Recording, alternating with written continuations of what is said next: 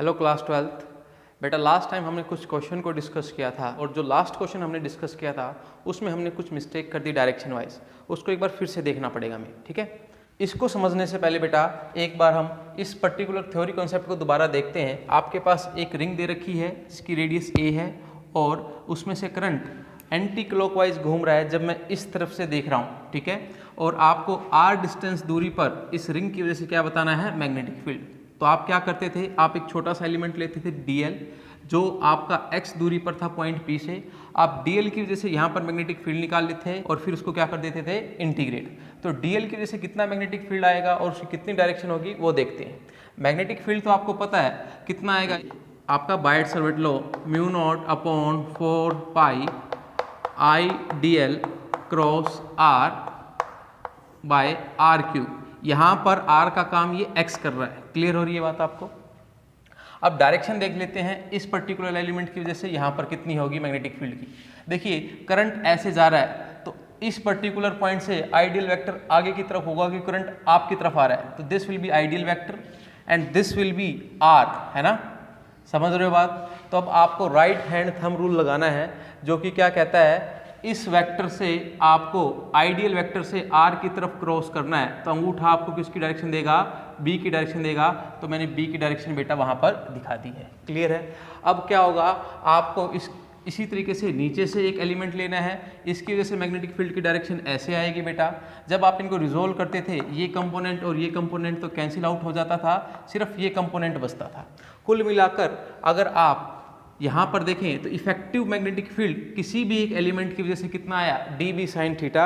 उसको आपने इंटीग्रेट किया और आपका ये आंसर आया, ठीक है। अब इसी चीज़ को हमें यहाँ पर अप्लाई करना है। दो रिंग दे रखी हैं जिसमें करंट क्या दे रखा है, अपोजिट। मतलब इसमें अगर मैं यहाँ से देखूँ तो कैसे है, एंटी क्लॉकवाइज, और इसमें यहाँ से देखूँ तो कैसा है, क्लॉकवाइज है। समझ आ रही है बात आपको।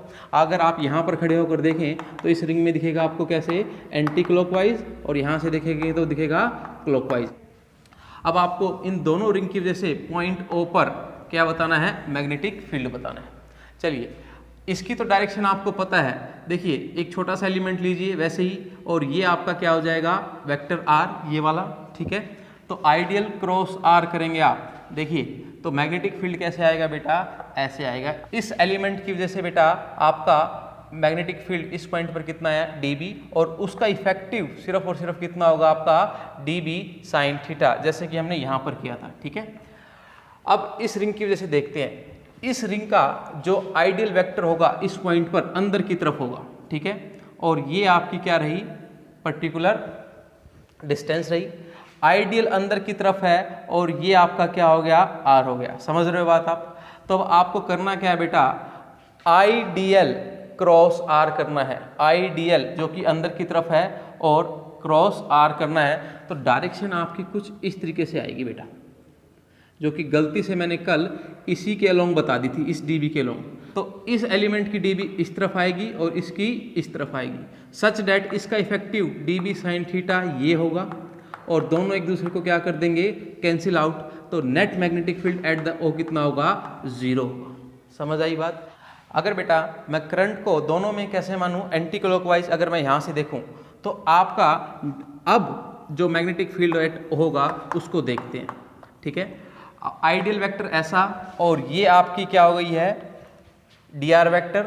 आइडियल क्रॉस r, तो dB वेक्टर कुछ ऐसा हो गया। क्लियर है। अब इसमें भी आइडियल वेक्टर क्या होगा, बाहर की तरफ, और ये आपका क्या हो गया है, इस तरीके से r वेक्टर इस तरीके से हो गया है। अब आप ध्यान से देखें, आइडियल क्रॉस r करना है आपको। This will be your ideal and this will be your आपका r।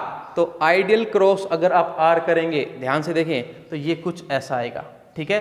अब इन दोनों का नेट इफेक्टिव इस तरफ होगा, और dB1 और dB2 एग्जैक्टली इक्वल है क्योंकि रिंग आपकी कैसी दे रखी है, सिमेट्रिक। और इन दोनों का जो नेट इफेक्ट होगा वो क्या होगा, साइन कंपोनेंट होगा, that is 2 dB sine theta. तो अब आपको इसका इंटीग्रेशन करना पड़ेगा। dB साइन थीटा का इंटीग्रेशन आपको पता है, मतलब जो ये आंसर आया है उसका ट्वाइस आंसर आएगा इन दोनों रिंग की वजह से at the point O। Clear हो रही है बात आपको। इसको ध्यान से देखेंगे, समझेंगे, और फिर भी कोई डाउट है तो आप मेरे को मैसेज कर सकते हैं। क्लियर है स्टूडेंट्स। हमारा नेक्स्ट टॉपिक है बेटा एम्पियर सर्कुलर लॉ। पहले देखते हैं कि एम्पियर सर्कुलर लॉ की डेफिनेशन क्या है और फिर उसको समझते हैं। It states that line integral of magnetic field around any closed path in free space is equal to mu times current passing through the surface enclosed by the closed path। देखिए definition से कुछ समझ नहीं आया होगा, इसका meaning आपको मैं बताता हूँ। अगर एक वायर है जिसमें से आई करंट क्या कर रहा है, मूव कर रहा है, ठीक है, और आपको पता है कि अगर एक वायर में से करंट मूव करे तो उसके चारों तरफ क्या होगा, मैग्नेटिक फील्ड होगा, ठीक है। तो आपने बेटा क्या लिया, एक क्लोज पाथ लिया, तो इस करंट कैरिंग कंडक्टर की वजह से इस पॉइंट पर भी मैग्नेटिक फील्ड होगा, इस पॉइंट पर भी मैग्नेटिक फील्ड होगा, इस क्लोज पॉइंट के हर पॉइंट पर क्या होगा, मैग्नेटिक फील्ड होगा। आप ऐसे सभी मैग्नेटिक फील्ड का क्या करना चाहते हो, सम अप करना चाहते हो। क्लियर है? जरूरी नहीं है क्लोज पाथ आपका सर्कुलर हो, मैंने सर्कुलर दिखाया है, और किसी भी शेप का हो सकता है। तो अगर आप किसी क्लोज पाथ के अराउंड किसी भी स्ट्रेट कंडक्टर की वजह से सारे मैग्नेटिक फील्ड को क्या करना चाहते हैं, सम अप करना चाहते हैं, तो उस चीज़ को मैंने ऐसे दिखाया है कि आप एक छोटा सा एलिमेंट लो और उसके अबाउट क्या निकाल लो, मैग्नेटिक फील्ड, और उन सभी को क्या कर दो, आप इंटीग्रेट कर दो, and this symbol represent along the close path, ठीक है। तो उसका रिजल्ट कितना आएगा वो आपको कौन बताता है, एम्पियर सर्किट लॉ। वो कहता है आप क्या करें, म्यू टाइम्स जितना करंट पास कर रहा है उस कंडक्टर में से। एक कंडीशन ये है, अगर आप इस क्लोज पाथ से एक सरफेस अज्यूम करें तो करंट उसको क्या आना चाहिए, आपका पेनिट्रेट कर कर बाहर आना चाहिए। क्लियर है? ये चीज़ यहाँ पर लिखी हुई है कि mu times the current, current कौन सा लेना है, जो कि पास हो रहा है surface enclose by the close path. अगर आप क्लोज पाथ से एक सरफेस बनाए, उसको ये क्या करे, पास करे या पेनिट्रेट करे। क्लियर है? तो आपको याद रखना है एम्पियर सर्किट लॉ क्या है, integral of B D L is equal to mu times current I, and I must pass through the surface bounded by the close surface, ठीक है। और इनके बीच में आपको ध्यान रखना है क्या है, डॉट प्रोडक्ट है। चलिए एम्पियर सर्किट लॉ का प्रूफ देखते हैं बेटा, ठीक है। आपने को प्रूफ क्या करना है, line integral of B D L is equal to mu naught times I, ठीक है। तो मैं पहले एक क्लोज सर्कुलर पाथ लूँगा, ठीक है, और फिर एक नॉन सर्कुलर पाथ लूँगा, और दोनों के लिए मैं उसको प्रूफ करूँगा, ठीक है। एक कंडक्टर लिया, उसमें से करंट आई जा रहा है, एक मैंने क्लोज पाथ लिया और उसकी डिस्टेंस इस पर्टिकुलर कंडक्टर से कितनी हो गई, आर हो गई, ठीक है। अब मेरे को हर पॉइंट के अबाउट मैग्नेटिक फील्ड निकालना है इस क्लोज सरफेस के लिए, और फिर उनका क्या कर देना है, सम अप कर देना है, दैट इज दिस क्वांटिटी, ठीक है। तो आपको इनफाइनाइट वायर की वजह से at an distance R magnetic field पता है बेटा, ठीक है। अब इस पर्टिकुलर जो क्लोज लूप लिया है या पाथ लिया है, उस पर एक छोटा सा एलिमेंट कंसीडर कीजिए डीएल, और डीएल की जो डायरेक्शन होगी वो इस तरफ होगी। अगर मान लीजिए आप ये डीएल लेते तो डीएल की डायरेक्शन ये होती, अगर आप ये डीएल लेते तो डीएल की डायरेक्शन ये होती। समझ आ रही होगी आपको बात। तो अब आपका इस करंट की वजह से उस पॉइंट पर मैग्नेटिक फील्ड भी कैसा होगा बेटा, देखो अंदर की तरफ होगा, such that angle between B and DL is 0। Clear हो रही है बात? तो आप क्या करेंगे, इस साइड को पकड़ेंगे और इसको प्रूव करते चलेंगे। अगर ये चीज़ आ गई तो जो हमारा मकसद था वो क्या हो जाएगा, सेटिस्फाई हो जाएगा, ठीक है। तो B dot D L is equal to this quantity, ठीक है। मैंने डॉट प्रोडक्ट को हटाया और क्या लगा दिया, कोस थीटा, और एंगल कितना है, 0 है, और कोस 0 कितना होता है, 1 होता है, ठीक है। बी आपने निकाल रखा है, बी को पुट कीजिए, D L as it is, ठीक है। अब देखिए ध्यान से, म्यू नॉट अपॉन 4 पाई तो कांस्टेंट है, आई भी कांस्टेंट है, क्योंकि जितना वायर में से करंट जा रहा है वो अब चेंज नहीं हो सकता, और सर्कुलर पाथ के लिए आर भी क्या रहता है, कांस्टेंट। तो अल्टीमेटली ये सारी क्वांटिटी क्या आ गई इंटीग्रेशन से बाहर। आपको अब इंटीग्रेशन किसका करना है, डीएल का करना है, ठीक है। अब ऐसे छोटे छोटे डीएल को अगर पकड़कर आप जोड़ोगे तो अल्टीमेटली आपको क्या मिलेगी, circumference which will be equal to 2 pi r. देखिए ध्यान से, 2 और 2 मिलकर 4 हो गई, और इस 4 से कैंसिल कर दिया, पाई आर ने पाई आर को कैंसिल कर दिया, क्या गया, म्यू नॉट आई। अगर आप इस क्लोज पाथ के अलोंग एक सरफेस अज्यूम करें और करंट उस सरफेस को क्या कर रहा है, पेनिट्रेट कर रहा है, उस सरफेस में से पास हो रहा है, तो ये वाली कंडीशन भी आपकी क्या हो गई बेटा, प्रूफ हो गई। आपके पास निकल कर आ गया बेटा, line integral of B D L is equal to mu naught I. Students, अब हम एम्पियर सर्किट लॉ को एक आर्बिट्रेरी क्लोज पाथ लेकर प्रूव करेंगे, ठीक है। आर्बिट्रेरी क्लोज पाथ आप समझ गए होंगे, कुछ इस तरीके का होगा, है ना। और ये मेरा कंडक्टर है जिसमें से करंट आई गुजर रहा है, ठीक है। अब मैं क्या करता हूँ, कुछ पॉइंट कंसिडर करता हूँ इस लूप के ऊपर, ए बी सी डी। देखो आपको ये बात मैं बता देता हूँ, रियलिटी में पॉइंट बहुत ज़्यादा क्लोज हैं, परंतु यहाँ पर आपको थोड़ा सा साफ साफ दिखाने के लिए पॉइंट मैंने दूर दूर जूम किए। Such that A B vector मेरा क्या है, TL1, BC वेक्टर क्या है DL2 एंड CD वेक्टर मेरा क्या है DL3, ठीक है। अगर आप देखें AB पॉइंट्स को मैं अगर सेंटर से मिलाऊं तो आपका कुछ एंगल बनेगा d θ1, ठीक है। तो आपको पता है किसी भी एक सेगमेंट में अगर ये थीटा है, ये L है और ये R है, और थीटा को आप क्या लिख सकते हैं L/R। तो dθ1 को मैं क्या लिख सकता हूँ dl1 बाय दिस r1, ठीक है। इसी तरीके से dθ2 को मैं लिख सकता हूँ dl2 बाय r2 एंड इसको मैं क्या लिख सकता हूँ dθ3 को dl3 बाय r3, ठीक है। अब मैंने क्या किया, इस पर्टिकुलर वायर की वजह से पॉइंट A पर मैंने क्या निकाला, मैग्नेटिक फील्ड निकाला। ये डिस्टेंस मेरी r1, ठीक है। तो ये क्या आ जाएगा μ0/4π 2I बाय r1। क्यों? क्योंकि ये इनफाइनाइट वायर है और इनफाइनाइट वायर की वजह से पॉइंट A पर इतना मैग्नेटिक फील्ड होगा, ये आपने पढ़ रखा है, ठीक है। इसी तरीके से अगर मैं B पॉइंट पर निकालूँ तो ये एक्सप्रेशन आएगा, C पर निकालूँ तो ये एक्सप्रेशन आएगा, ठीक है। और अंत में आप आगे सभी पॉइंटों पर ऐसे निकाल। अब मेरे को करना क्या है, इन सभी जो B आए हैं आपके डिफरेंट पॉइंट पर, उनको क्या करना है, सम करना है, वेक्टर सम करना है। और मैं बोलूँ उसका लाइन इंटीग्रल मेरे को करना है B.dl का, ठीक है। B.dl क्या होगा बेटा, B1 dl1 plus B2 dl2 plus B3 dl3 और आखिर में क्या होगा Bn dln। B1 की वैल्यू पुट करो, D1 को एज इट इज रखो और इन दोनों के बीच में एंगल कितना होगा बेटा 0। ये भी हमने पिछले टॉपिक में डिस्कस किया है। इसी तरीके से B2 की वैल्यू और dl2 रख दिया है मैंने, ठीक है। अब देखिए ये चलता रहेगा, हमने कॉमन निकाल लिया कितना μ0/4π 2I। तो यहाँ पर क्या बच गया dl1 by r1 dl2 by r2 up to dln by rn, ठीक है। अगर आप देखें ये dθ1 है, ये dθ2 है और ये कितना हो जाएगा dθn। बेटा इन सभी एंगल को अगर आप जोड़ोगे तो अल्टीमेटली आपको क्या मिलेगा, total angle which will be equal to 2π, ठीक है। अब आप देखिए 4 कैंसिल हो जाएगा, पाई से पाई कैंसिल, आपके पास कितना आ जाएगा μ0I। तो अंत में आपने प्रूव कर दिया है line integral of BDL for any close path, ठीक है, वो किसके बराबर होता है μ0I। और लास्ट एक कंडीशन, अगर हम इस क्लोज पाथ से एक सरफेस अज्यूम करें तो ये आई उसको क्या कर रहा है, पास कर रहा है, उस क्लोज सरफेस में से पेनिट्रेट कर रहा है, ठीक है। एक्चुअली में जो पेनिट्रेशन वाली कंडीशन है, आप इसका बेसिक मतलब जो है वो सीखोगे यूनिट नंबर 5 में। अभी के लिए आप याद रखेंगे कि ये करंट उस क्लोज सरफेस को क्या करना चाहिए, पेनिट्रेट या पास करना चाहिए, ठीक है। तो आपने प्रूफ कर दिया दो क्लोज पाथ के लिए, चाहे वो आपकी सर्कुलर हो या फिर कोई भी आर्बिट्रेरी पाथ हो, ठीक है। नेक्स्ट हम देखते हैं बेटा application of ampere circular law, ठीक है।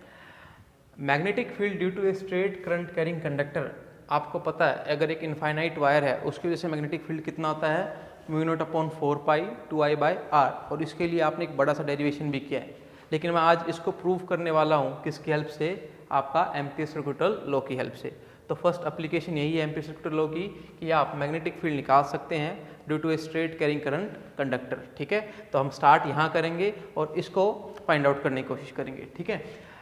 तो अगर आप देखें एक करंट कैरिंग कंडक्टर मेरे पास है, ठीक है, और उसकी वजह से मैं P पर क्या निकालना चाहता हूँ, मैग्नेटिक फील्ड निकालना चाहता हूँ। तो मैंने एक सर्कुलर क्लोज पाथ अज्यूम किया जो कि P से होकर गुजर रहा है, सच दैट अब करंट कैरिंग कंडक्टर और P की दूरी कितनी है, R है, ठीक है। तो बेटा जी एक बात नोटिस करो कि जो B होगा आप इस पॉइंट पर निकाल लो, इस पॉइंट पर निकाल लो, इस पॉइंट पर निकाल लो या इस पॉइंट पर निकाल लो, उसका मैग्नीट्यूड कांस्टेंट होगा, क्योंकि आपका जो पाथ आपने जूम किया है वो कैसा है, सिमेट्रिक है, सर्कुलर है। क्योंकि इसकी डिस्टेंस अगर ये r है तो ये भी कितनी होगी, r होगी। तो मैग्नीट्यूड कांस्टेंट रहने वाला है क्योंकि आपकी सिमेट्री है क्लोज पाथ में, तो कांस्टेंट है। उस चीज़ को मैं क्या ले सकता हूँ, आउटसाइड इंटीग्रल ले सकता हूँ बेटा। यहाँ पर क्या बच गया इंटीग्रेशन मेरे पास dl, और आपके पास जो राइट हैंड साइड चल रही है वो क्या है μ0I।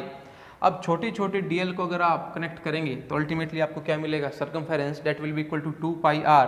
अब b को इधर रखिए, 2πr को नीचे ले जाइए, ठीक है। अगर मैं एक्सप्रेशन को 2 से गुना करूं और 2 से डिवाइड करूं तो मेरे पास ये एक्सप्रेशन आ जाएगा बेटा, which is the my required answer. देखिए याद कीजिए जब आप इसको बायट-सवर्ट लॉ से करते थे इस फॉर्मूले के लिए तो अच्छा खासा डेरिवेशन है, जबकि एम्पियर सर्कुलर लॉ से ये 2 लाइन में निकल गया, ठीक है। आपकी बुक में बेटा एक और टॉपिक है कि यूजिंग एम्पियर सर्कुलर लॉ एक सिलेंडर में से करंट गुजर रहा है और उसकी वजह से मैग्नेटिक फील्ड निकालना है, लेकिन वो हमारे सिलेबस में नहीं है तो हम उसको अभी डिस्कस नहीं कर रहे, ठीक है। स्टूडेंट्स हमारा नेक्स्ट टॉपिक है बेटा सोलेनॉइड। सोलेनॉइड होता क्या है, एक्चुअली में it is insulating long wire closely bounded in the form of helix. ठीक है, अगर मैं आपको सीधे वर्ड्स में बात करूं तो ये एक स्प्रिंग है। ठीक है, insulating long wire closely bounded in the form of helix. जो स्प्रिंग की शेप होती है बेटा वो हेलिक्स शेप होती है। क्लियर है बात आपको? ठीक है, और इसमें एक कंडीशन होती है कि इस पर्टिकुलर स्प्रिंग की लेंथ इसके डायमीटर से क्या होती है, बहुत ज़्यादा होती है। अगर मैं इस सोलेनॉइड में से करंट को पास करूं, देखिए ये जो डार्क हिस्सा है, बोल्ड हिस्सा है, वो आपका क्या है, फ्रंटल हिस्सा है, और ये जो आपका डैश लाइन है वो दिखा रही है एक स्प्रिंग की पीछे वाली साइड। ठीक है, अगर मैं स्प्रिंग की एक कोइल ये मानूं तो ये वाली चीज़ मैंने इस लाइन से शो की है और डॉटेड वाली इस पार्ट को मैं शो कर रहा हूँ। तो आपको पता है कि किसी भी करंट कैरिंग कंडक्टर की वजह से क्या होता है बेटा, मैग्नेटिक फील्ड प्रोड्यूस होता है। तो अगर मैं इस पर्टिकुलर कॉइल में से करंट को गुजारूं तो कितना मैग्नेटिक फील्ड प्रोड्यूस होगा और कहाँ पर मैक्सिमम होगा, ये जानने की मेरी इच्छा है। अगर मैं स्प्रिंग की एक कॉइल को देखूं, ठीक है, सच डैट कि आगे वाले हिस्से में करंट नीचे की तरफ है और पीछे वाले हिस्से में क्या है, करंट ऊपर की तरफ है। देखिए बेटा, स्प्रिंग में करंट ऐसे ही जाएगा कि नहीं जाएगा, तो आगे वाले हिस्से में नीचे की तरफ है और पीछे वाले हिस्से में ऊपर की तरफ। तो पहले पीछे वाले हिस्से को दिखा रहा हूँ आपको, करंट ऊपर की तरफ है, तो मैग्नेटिक फील्ड लाइंस कैसे बनेंगी, ऐसे बनेंगी। ठीक है, इस तरीके से मैग्नेटिक फील्ड लाइंस बनेगी। ठीक है, मतलब मैं कहूँ इस सर्कल के सेंटर पर मैग्नेटिक फील्ड लाइन अंदर की तरफ होंगी।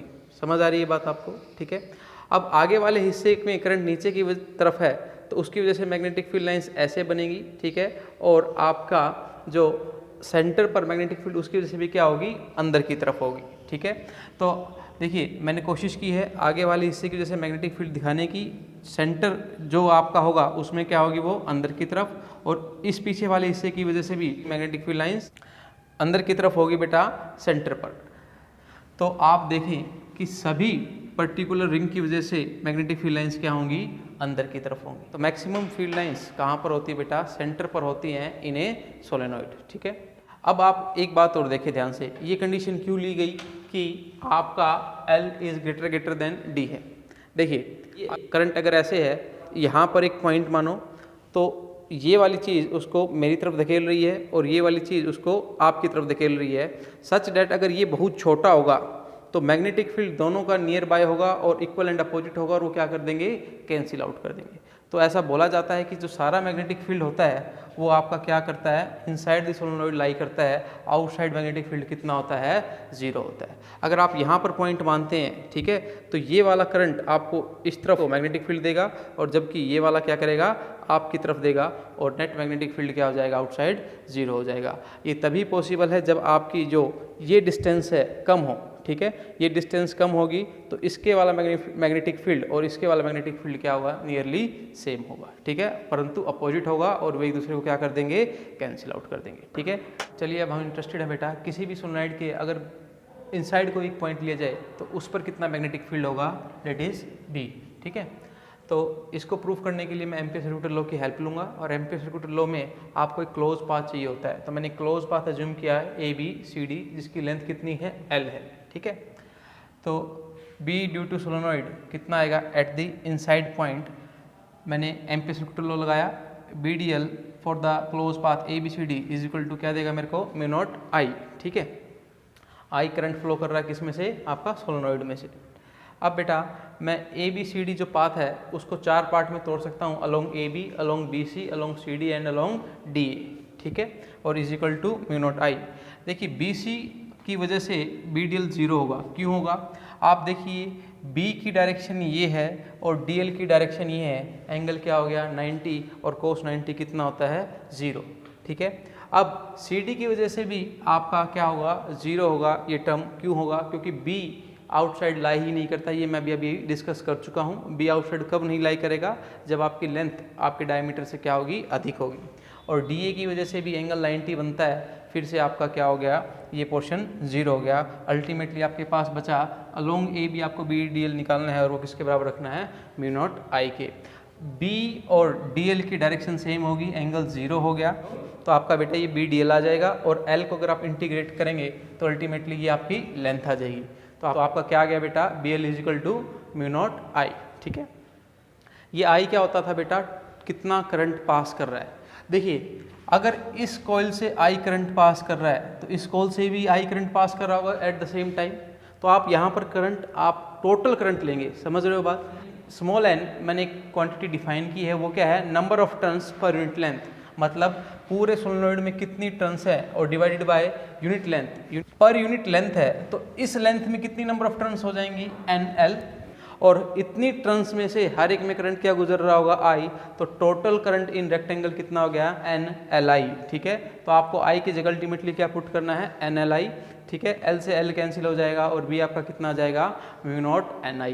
देखिए, this is the magnetic field due to solenoid at any point inside, outside आप क्या मान चुके हैं, 0, ठीक है। और आपकी बुक में लिखा हुआ है बेटा एंड्स पर मैग्नेटिक फील्ड, इसका भी आधा हो जाता है, that is mu naught NI by 2। ऐसा क्यों है, इसका आपको थोड़ा सा स्मार्टली आंसर करना है। मान लीजिए एक और आपके पास सोलेनोइड है, ठीक है। अगर आप उन दोनों को ज्वाइन करेंगे तो मिड पर कितना आना चाहिए, म्यू नॉट NI।